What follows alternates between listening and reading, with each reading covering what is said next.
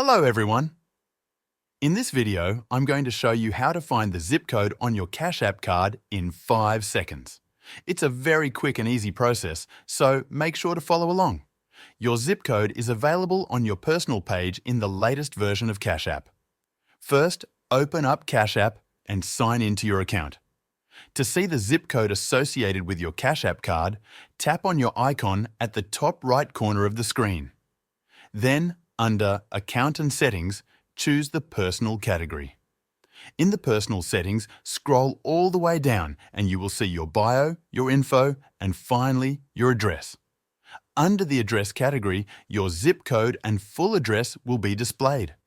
To change or view your zip code, simply tap on your address and you'll be able to edit it at any time.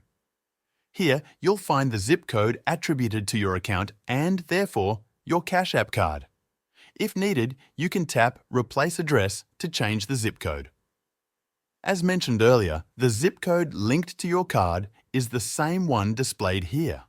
So, as long as you go to your personal page after signing into Cash App, the zip code will be available at the bottom of the Personal category.